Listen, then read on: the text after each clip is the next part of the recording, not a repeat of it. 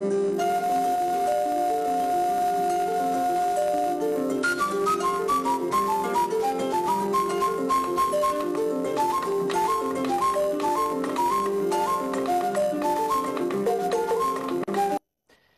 et messieurs, bonsoir. Merci de nous rejoindre dans cette édition d'information dont voici les titres. C'est parti pour les audiences criminelles à Bamou et Sigiri. Une trentaine de dossiers au niveau des deux juridictions. La justice guinéenne rassure ces derniers temps. L'insémination artificielle bovine, la campagne est en cours. Étape Forécaria ce soir. Vous saurez tout sur cette campagne dans cette édition d'information.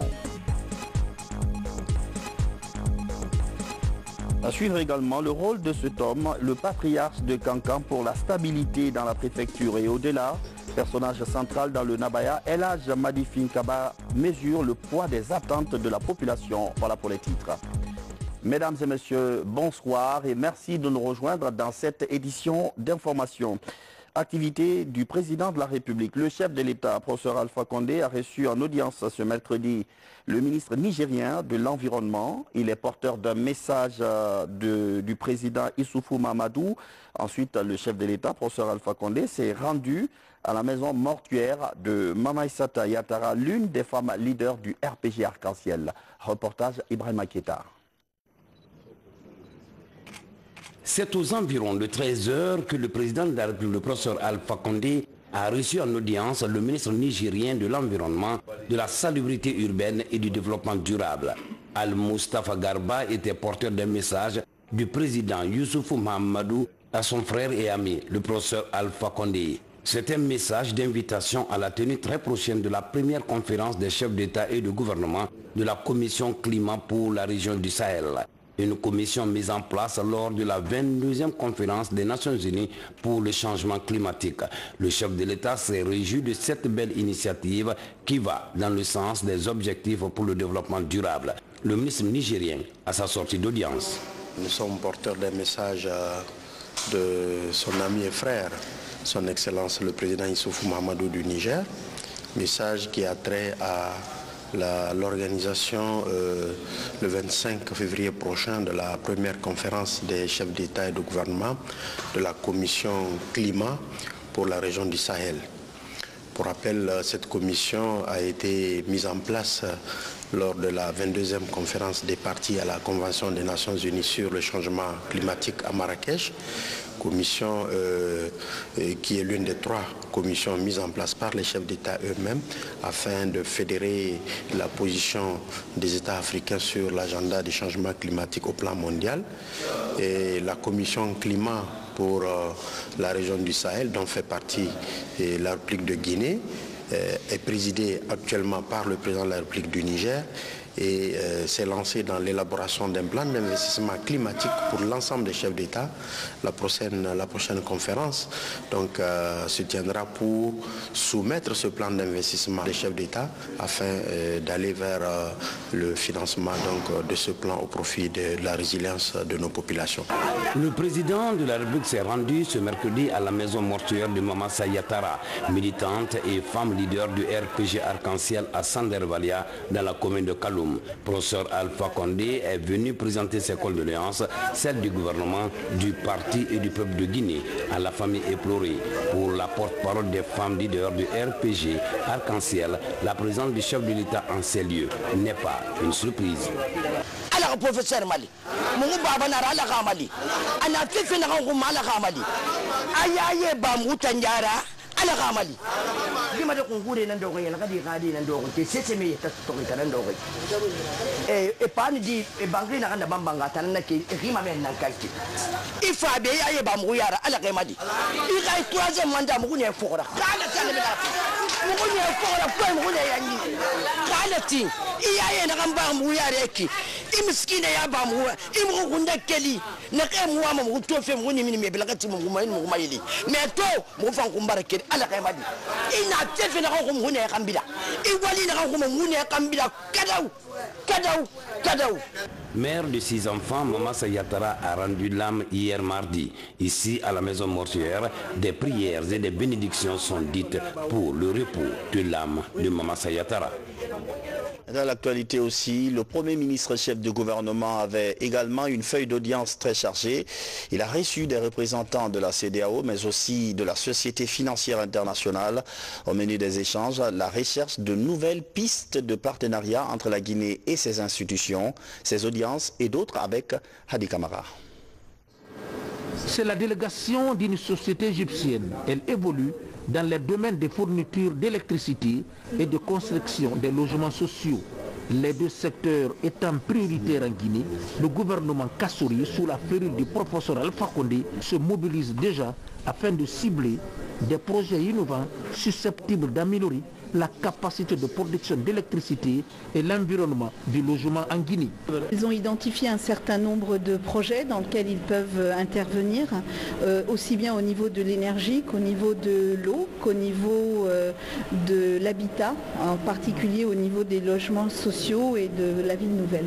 Je vais vous dire, le groupe représente 3 milliards de dollars, donc c'est l'un des plus grands groupes du Moyen-Orient qui investit un peu partout dans le monde. Il est présent dans plus de 60 pays mondialement, c'est eux qui le font et qui ont investi dedans. C'est avec le même élan et la même énergie que le Premier ministre Dr Ibrahima Kassory Fofana a reçu en audience le directeur régional de la SFI pour l'Afrique. Ici, il s'est agi de discuter des projets de développement liés au secteur agricole, minier et de promotion immobilière. Les mines pour nous, c'est un secteur où on a de l'expertise, on a des ressources, mais notre priorité au-delà des mines, c'est vraiment d'aider le pays à construire une économie qui ne soit pas liée qu'aux ressources, dans le sens où on veut travailler avec le gouvernement pour diversifier l'économie à partir des ressources minières pour que la Guinée devienne un pays sur le long terme avec une économie diversifiée, performante et puis inclusive. L'agenda du chef du gouvernement était chargé. Dès après la SFI, le Premier ministre a reçu en audience le secrétaire général du ministère des Affaires étrangères de l'État du Qatar. L'accent a été mis sur le développement de l'axe de coopération entre nos deux pays à travers le commerce, l'agriculture et l'ingénierie. L'objet de notre visite aujourd'hui, de la Guinée surtout, c'est pour renforcer les relations multilatérales si heureusement existent entre les deux pays. Nous nous sommes tournés autour de beaucoup de dossiers avec son Excellence Monsieur le Premier ministre. Tout ce qui concerne côté qatari, je ferai mon mieux en tant que secrétaire général pour les mettre sur la table. La quatrième audience, c'est avec une délégation de la commission de la CEDEAO. Toile de fond de la rencontre, la prévention et la gestion de conflits en vue de consolider la paix dans la sous-région. Une visite officielle dans le cadre de la CEDEAO qui compte mettre en place un fonds de stabilisation régionale pour des pays post-conflit et les pays qui ont éteint Ebola. Mais aussi le PCD, le grand projet d'infrastructure que la CEDEAO va mettre en place aussi en Guinée, Sierra Leone et Libéria. Le Premier ministre a pris l'engagement de notre bien bâtiment pour que ce bureau commence à fonctionner le plus tôt que possible. Et d'ici le mois de mars ou bien avril, je vais envoyer une équipe avec nos partenaires, les Allemands et d'autres partenaires pour maintenant décider sur les priorités économiques pour relancer l'économie ici et pour soutenir les PME. Avec toutes ces audiences, le Premier ministre a tendu la main aux investisseurs et autres partenaires désireux d'accompagner la Guinée dans son élan de développement. Il a ainsi demandé la collaboration des uns et des autres pour faciliter le traitement des dossiers concernant la fourniture d'électricité et la construction des logements sociaux. Et puis cette note d'information, sous le haut patronage de son Excellence, Monsieur le Président de la République, chef de l'État, professeur Alpha Condé, le gouvernement organise les 14 et 15 février 2019 dans la salle des congrès du Palais du Peuple les états généraux de la décentralisation et du développement local. À cette occasion, la Commission nationale d'organisation invite à la cérémonie d'ouverture le 14 février à 8 h les personnalités ci-après. Le président de l'Assemblée nationale, le Premier ministre chef du gouvernement, les présidents des institutions républicaines, les membres du gouvernement, les ambassadeurs et les représentants des institutions internationales, le chef d'état-major général des armées, les chefs d'état-major particuliers, les directeurs généraux de la police, des douanes et de l'ANASP, les membres du conseil d'administration de l'ANAFIC, le gouverneur de la ville de Conakry, les directeurs généraux des sociétés minières, signé le président de la Commission nationale d'organisation, ministre d'État Ansoumane Condé. La justice guinéenne a le vent en poupe ces derniers temps. Après Koya, c'est au tour des tribunaux de Sigiri et Mamo d'ouvrir leurs audiences criminelles. Plusieurs affaires sont attendues lors de ces procès, parmi lesquelles des accusations d'assassinat. Le point avec Kerno Younoussaba. La bataille contre l'impunité se poursuit dans les tribunaux du pays. À Mamou, 6 cas de crimes sont sur la table de juge pour examen. La dizaine d'accusés de viol, d'assassinat et de meurtre sera entendue. Ce mercredi, les audiences s'ouvrent sur l'assassinat de l'enseignante Ramatoulaye Bari, une affaire qui retient l'attention des citoyens de Mamou. Le procureur de la République rassure les populations. Notre volonté inconditionnelle de rendre la justice et notre ferme détermination à faire de notre ville Carrefour un havre de paix où il fait bon vivre constitue le credo de chaque membre du personnel de ce tribunal. Rien au monde n'aggravera cette opiniâtreté quand on sait qu'aucune société ne peut vivre sans une justice libre, indépendante, mais surtout efficace. Sigiri, l'un des 8 tribunaux d'instance récemment créés, lance aussi ses audiences. Plus de 20 dossiers criminels sont inscrits au rôle d'audience. Le premier dossier qui passe ce matin, c'est un dossier qui a polarisé l'attention de la population de Sigiri. Et c'est un dossier d'association de malfaiteurs vol à main armée, des vols qui ont été perpétrés à maints endroits de la préfecture de Sigiri. Et il y a eu des vols à main armée qui ont été perpétrés à Kourémalé, à Balato, et ces dossiers-là, sans oublier les attaques de Tonson. Donc nous estimons qu'à l'issue de ce procès, la population de Sigiri comprendra, comme le garde des Sceaux, ministre de la Justice, a annoncé ici même à Sigiri lors de l'Assemblée générale de la Cour d'appel de Kankan, que l'année 2019, c'est la lutte contre l'impunité. Et je suis certain que les décisions qui seront issues de ces procès-là seront des décisions qui reflèteront le comportement même des agents pénaux. Cette série d'audiences criminelles lancée dans le pays est une politique du gouvernement à travers le ministère de la Justice. Elle vise à lutter contre les détentions prolongées et à rassurer les populations dans la croisade contre la criminalité et le banditisme dans le pays. Des maisons de justice de plus en plus confortables, comme vous avez pu le voir en image. En tout cas, le grand projet existe dans ce sens. La Guinée veut améliorer le cadre de travail dans les maisons de justice. Et ça tombe bien, le département américain est séduit par l'idée et injecte $1 million en équipement et matériel de bureau. Makali Souma. Les maisons de justice sont des espaces qui servent à mieux faire connaître aux citoyens leurs devoirs et leurs droits. Elles permettent un traitement de proximité rapide et surtout gratuit des litiges mineurs par le biais de la médiation et de la conciliation. Leur mise en place a nécessité des expertises.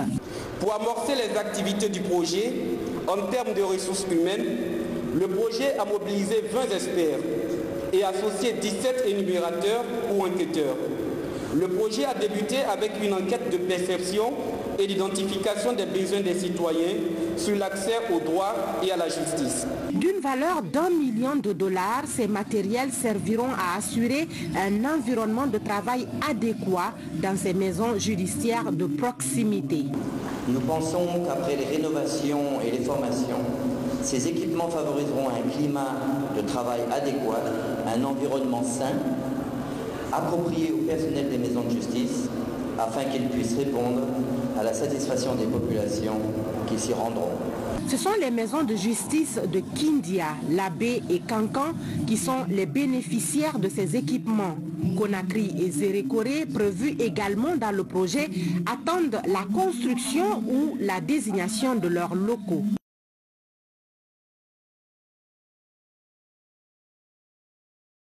Et puis c'est notre circulaire adressée aux associations des médias privés, AGEPI et associations similaires, Urtelgui, Agipel et associations similaires.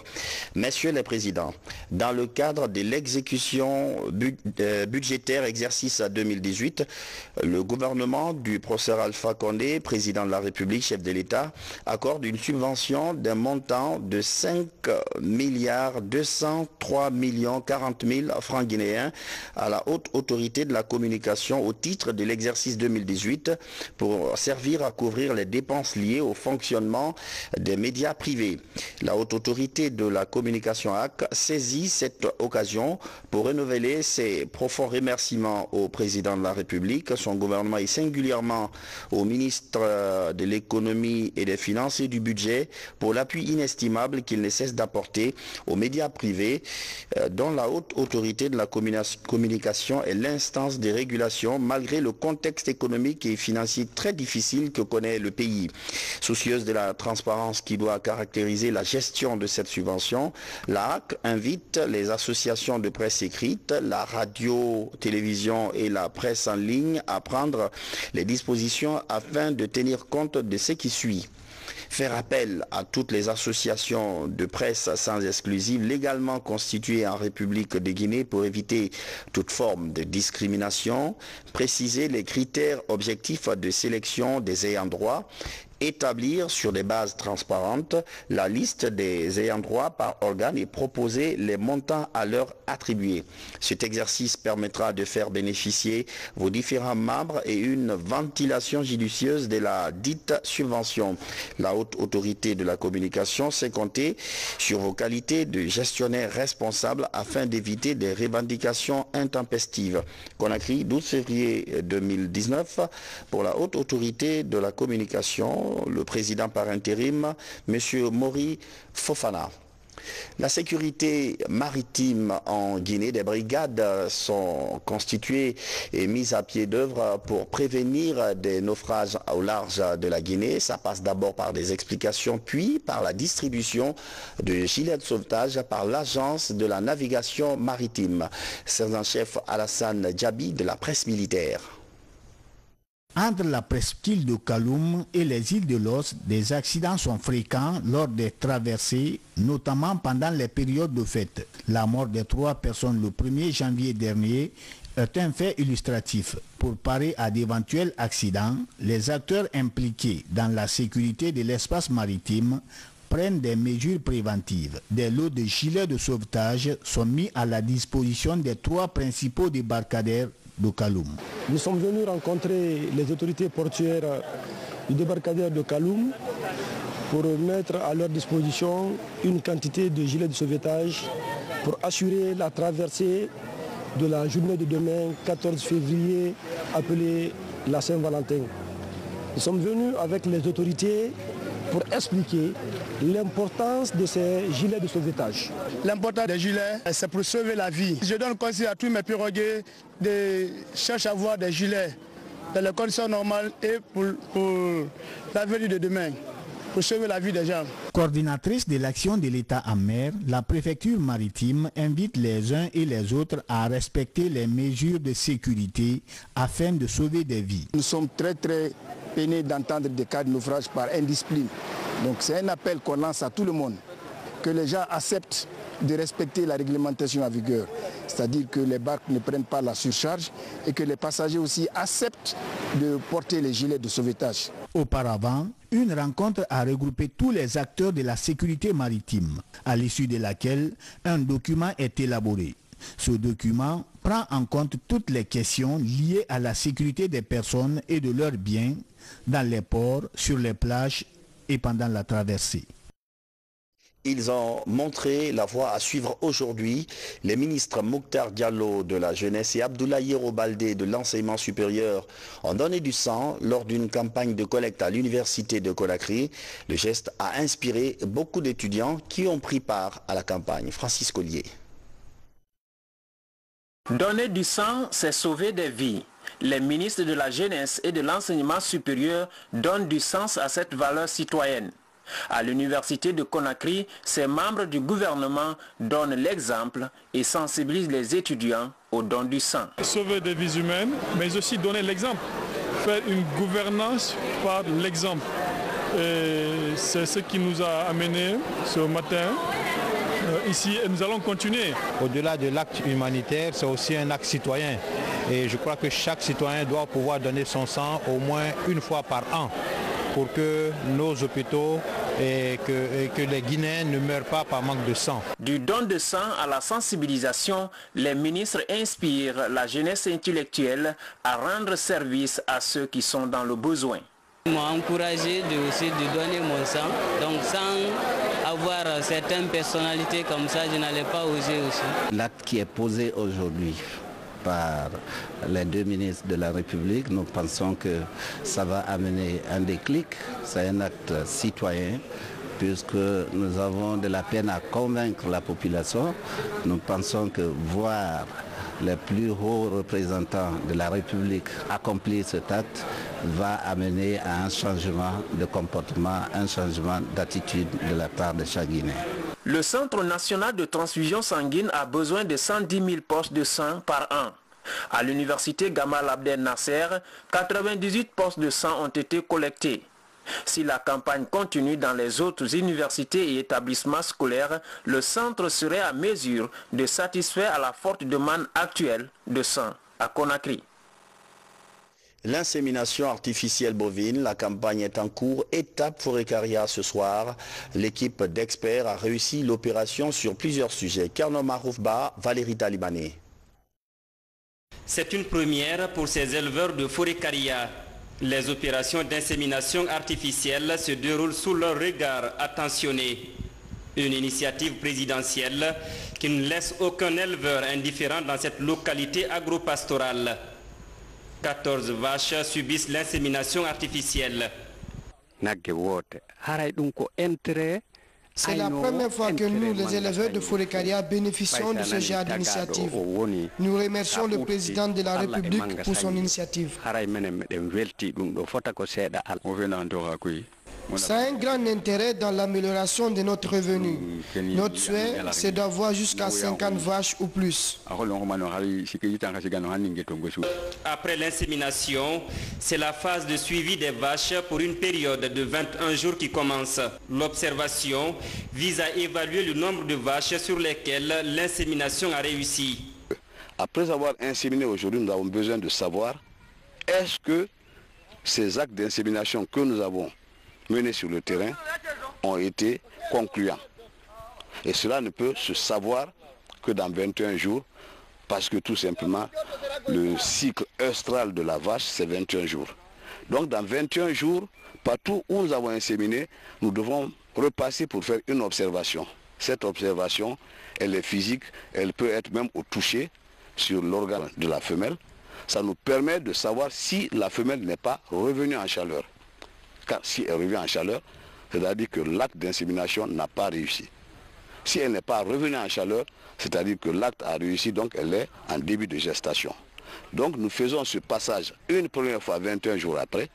Et quand nous venons, toutes les vaches qui n'ont pas été positives par rapport à l'insémination, donc qui sont revenues en chaleur, on les réinsémine. Le programme d'insémination artificielle de 100 vaches dans les 6 préfectures pilotes est suivi de conseils donnés par des spécialistes aux éleveurs. Après 21 jours, les inséminateurs reviendront pour établir le bilan des interventions. À Timbi Madina, des jeunes se tournent vers l'agriculture. Ils ont décidé de s'investir dans la filière pommes de terre. Hier candidat à l'exil, aujourd'hui épanoui et entièrement consacré aux travaux de la terre. Reportage sur place de Fatoumata Batouli Diallo, rendu en studio par Aboubakar Junior Camara. Timbi Madina est réputée pour être la capitale de la pomme de terre dans le Fouta. Chaque année, plus de 35 000 tonnes de pommes de terre sont produites dans la région. 70% de cette production vient de Timbi Madina à cause de son climat humide. Les jeunes commencent à mettre à profit cet atout exceptionnel pour construire leur avenir. Au lieu de se lancer dans la Méditerranée, se lance dans l'agriculture, qu'on réussisse dans ça là, qu'on atteigne l'autosuffisance alimentaire et pourquoi pas qu'on exporte les produits. La pomme de terre guinéenne, qu'on soit une référence en matière de production de pommes de terre, que le pays soit un phare en quelque sorte en matière de production de pommes de terre dans la sous-région. Ici, 45 hectares sont mis en valeur par ces jeunes depuis 5 ans. Après la satisfaction des besoins fondamentaux, ces entrepreneurs agricoles pensent à la collectivité et aux autres. La pomme de terre, comme c'est un produit pourrissable, on revend, on gagne nos sous et on a quelque chose à ramener à la maison, c'est-à-dire le riz, les haricots, les arachides, le maïs. Tout ça, là, ça nous permet de manger régulièrement. Ça nous évite d'aller, de faire n'importe quoi. En tout cas, ça va, on est vraiment satisfait. Aujourd'hui, je crois qu'il est très important d'encourager les jeunes à s'impliquer dans l'agriculture. L'État doit appuyer les jeunes producteurs, faire en sorte que les jeunes producteurs réussissent dans l'agriculture. Pour booster encore la productivité ici, la Fédération des paysans du Fouta appuie ces jeunes au conseil technique, fourniture d'intrants de qualité et de produits phytosanitaires. Dans ce magasin de stockage, 900 tonnes d'engrais sont disponibles pour les producteurs. Avec la fédération, nous soutenons beaucoup les jeunes parce que la fédération même a inséré plusieurs jeunes aujourd'hui qui cultivent la pomme de terre, qui gagnent leur gain. Donc ils n'ont pas l'envie d'aller ailleurs parce qu'ils gagnent leur pain dans ce qu'ils font. En vue de pouvoir produire en toute saison, une retenue d'eau est aménagée pour permettre à la station de pompage d'arroser les plantations. L'agrandissement des surfaces cultivables traduit le succès de ce programme plus que jamais soudé à la terre nourricière de Timbi Madina. Retour à Conakry et coup de projecteur sur la mosquée Faisal. Des abris de fortune font leur retour le long de la clôture. Malgré les appels des affaires sociales à l'endroit des personnes à mobilité réduite qui squattent les lieux, il y a 4 ans, elles avaient été invitées à rejoindre les centres de solidarité moyennant une assistance de 10 millions de francs guinéens par personne. L'argent devait servir à pratiquer quelques activités génératrices de revenus. Mohamed Kamara. La grande mosquée de Conakry, de nouveau encombrée par des abris de fortune. Ils sont occupés par des personnes à mobilité réduite. Pourtant, en 2014, une campagne financée par le gouvernement avait permis le départ négocié de ces lieux de 400 occupants. Chaque personne déplacée avait alors reçu 10 millions de francs guinéens.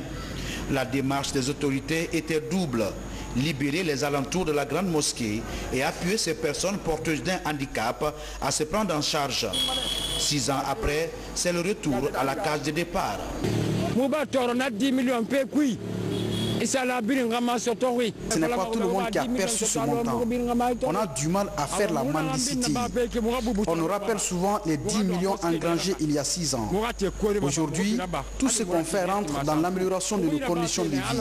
L'administration de la grande mosquée dénonce à nouveau ce retour toléré des personnes démunies autour de l'espace de culte.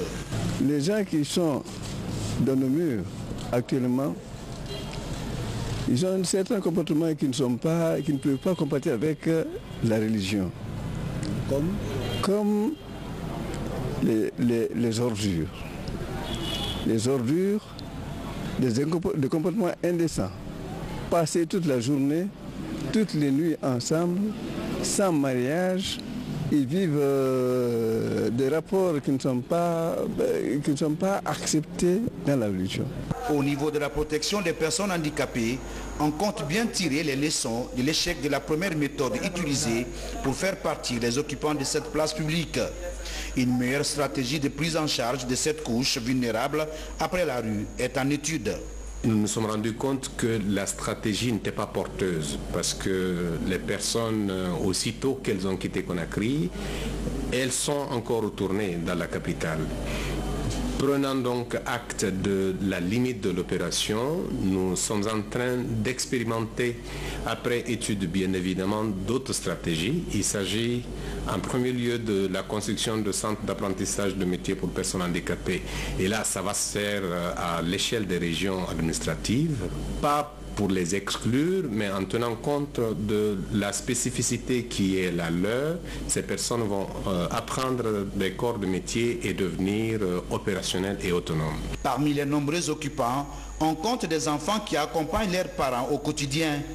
Ces enfants, dont certains ne vont plus à l'école, restent exposés au risque d'accidents et de maladies entre autres. Certaines personnes valides sont aussi venues se joindre à celles qui sont porteuses de handicap pour former une même communauté. À la Sogipa, Michel Bémi prend fonction. Il remplace Mariam Camara, la directrice sortante. Un grand défi se pose à lui, maintenir la cadence à la tête d'une direction aux enjeux multiples. Fodé Camara. Jusque-là, directeur national adjoint des impôts, Michel Bémi a désormais la lourde responsabilité de diriger la Sogipa, société guinéenne de palmiers à huile et DVA, un fleuron de l'agro-industrie qui depuis plus de 30 ans vit au rythme des activités du binôme plantation familiale et industrielle. Mon propos sera pour l'essentiel axé sur deux mots: remerciement et assurance. Permettez-moi ensuite de rendre un hommage bien mérité à son Excellence, Monsieur le Président de la République, chef de l'État, professeur Alpha Condé, qui vient de renouveler sa confiance en ma modeste personne en me portant à la tête de la Sogipa. Pour maman trouve en ces phrases la fierté d'un fils qui assure la relève simplement. De simple employé au grade de directrice générale, Mariam Camara a gravi tous les échelons à la Sogipa, une entreprise qui emploie plus de 4800 travailleurs, sans oublier des planteurs familiaux qui vivent par le biais de la production du palmier à huile et de l'EVA. Des opérations agricoles boostées par des mesures d'accompagnement comme la pisciculture et la construction des infrastructures pour l'accès des populations des communes rurales de Guéké et Bignamou. Nous savons tous que son Excellence, Monsieur le Président de la République, a de l'ambition pour la Guinée et les Guinéens. C'est pourquoi je vous invite à tous à redoubler d'efforts pour préserver les acquis que nous avons obtenus ensemble. Sous l'égide de l'inspection générale d'État, cette passation s'est déroulée dans une atmosphère conviviale. À présent, la rubrique Guinée en bref, l'autre regard sur l'information avec Younous Atawel Camara.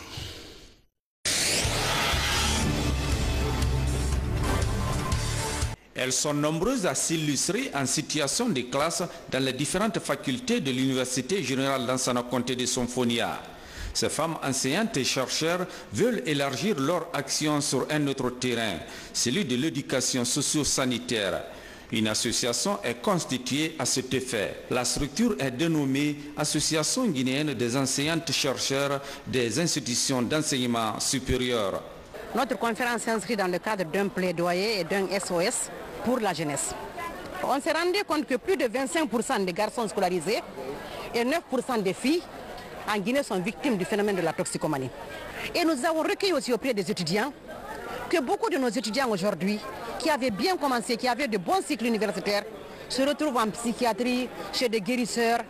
C'est bien de les soigner, mais nous lançons un SOS. Ce phénomène-là nous interpelle. Il est temps qu'on l'approfondisse et qu'on en comprenne les tenants et les aboutissants.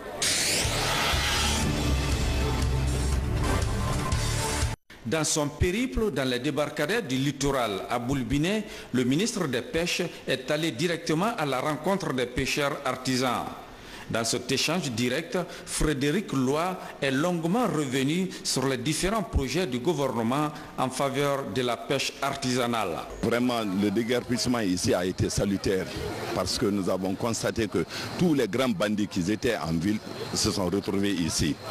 Donc les pêcheurs ne pouvaient même pas se mouvoir. Il fallait absolument assainir Boulbini pour que vraiment le poisson guinéen puisse être exporté.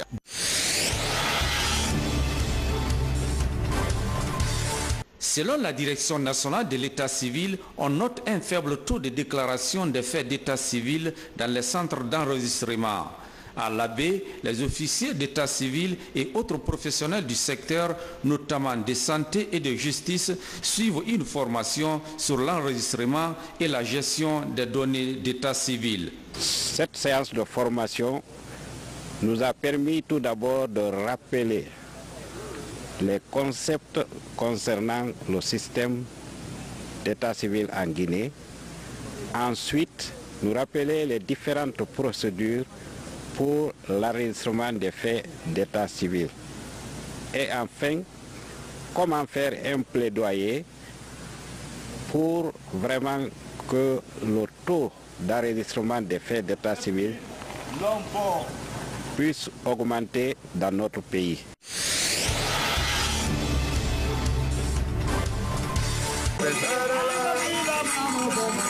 Les membres de l'Union nationale des chasseurs et guérisseurs traditionnels de Guinée, venus des différentes préfectures du pays, prient pour une Guinée unie et prospère.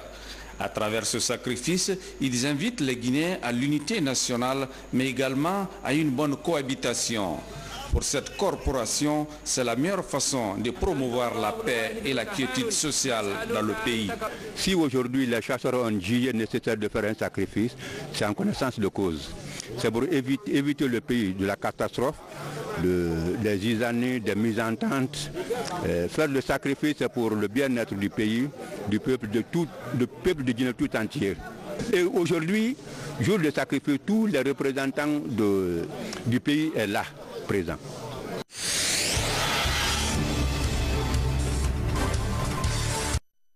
C'est un personnage central dans la stabilité sociale à Kanka. Il mesure toute l'importance de sa fonction. El Hadj Madi Kaba est le 27e patriarche du Nabaya. Il incarne une véritable autorité morale dans cette contrée, comme nous l'indique ce reportage de Fodé Bangali Fofana. Au centre de cette ville de Kankan, dans le quartier Kabada, la résidence du patriarche de Nabaya appelé Bolonda. El Hadj Madi Kaba est l'actuel locataire de ce bolon. Intronisé en 2016, il est le 27e patriarche de Kankan, marié à 3 femmes et père de 12 enfants. Autour du patriarche, appelé dans la langue du terroir Sotikemo, ses proches collaborateurs qui sont ses conseillers. Ce conseil des sages est convoqué à la demande du patriarche qui statue sur des questions concernant la vie de la cité de Nabaya. Selon les historiens, ce système de gestion traditionnel de la cité a toujours existé dans le manding traditionnel. C'est un conseil de sages qui est autour du Sotikemo et qui l'aide dans ses différentes tâches, dans sa mission.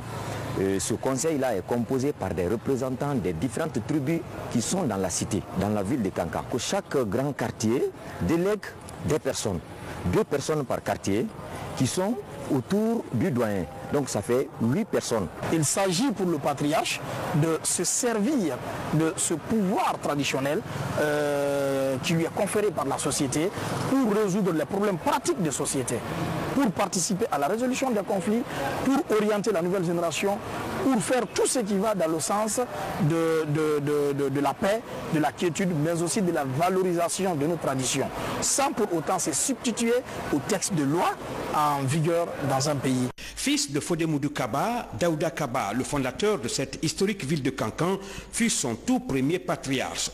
Les 4 premiers quartiers, Salamani, Timbo, Kabada et Palankoroda, ont été fondés par ses fils. Jusqu'aujourd'hui, ce sont les descendants de ce premier patriarche qui se succèdent au trône ici à Kankan.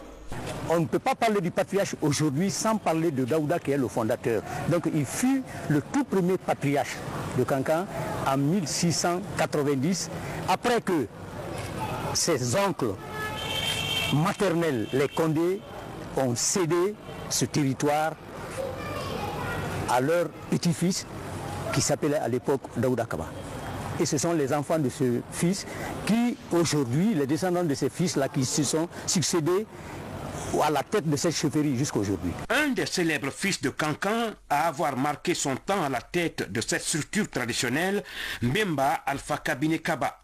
Il est reconnu être l'homme à avoir fait beaucoup de réformes au niveau de cette structure traditionnelle à son retour au Bercail après un long séjour au Fouta. Le contexte de Nabaya est venu à partir de Alpha Kabine, qui veut dire tout simplement la ville des bienvenus, la ville qui tend la main à tout le monde, où le droit d'habitation primait sur le droit de naissance.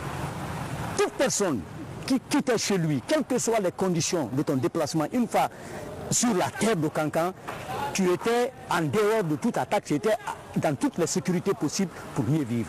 À condition que tu respectes effectivement les coutumes et mœurs existants dans la cité. Et c'est ce qui a permis à Kankan de se développer aujourd'hui. Il y a autre structure parallèle à côté de ces Kabila que le Sotikemo a le contrôle, c'est les Sédé. Le tout premier Sédé a été son Sédé à lui, qu'il a appelé Sédé Sandiaya. Après le Sédé Sandiaya, il y a le Sédé Eremakonoya. Après Eremakonoya, il y a Doudiaya. Après Doudiaya, il y a Djamanadiaya. Après Djamanadiaya, il y a Dandiaya. De 1751 jusqu'à aujourd'hui, ce sont ces 5 Sédés qui font la ronde. Kankan est devenu aujourd'hui une ville de négoce et un centre commercial de renommée. C'est une grande agglomération cosmopolite où presque toutes les différentes composantes sociales du pays y vivent dans une parfaite harmonie et la cordialité. C'est la fin de cette édition d'information. Information principale, le lancement dès demain des États généraux de la décentralisation et du développement local. Bonsoir à tous et à demain.